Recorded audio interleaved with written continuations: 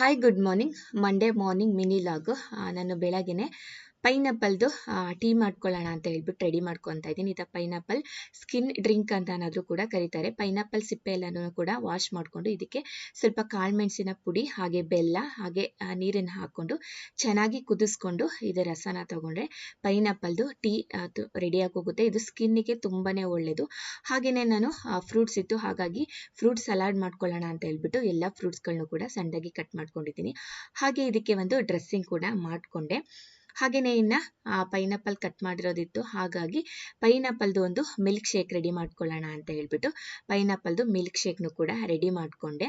ಇನ್ನು ಸಂಜೆ ನನಗೆ ಸ್ವಲ್ಪ ಹೊರಗಡೆ ಕೆಲಸ ಇತ್ತು, ಹಾಗಾಗಿ ನಾನು, ನನ್ನ ಮಗಳು ಹಾಗೆ ನನ್ನ ಹಸ್ಬೆಂಡ್ 3 ಜನನೂ ಕೂಡ ಹೊರಗಡೆ ಹೋಗಿದ್ವಿ.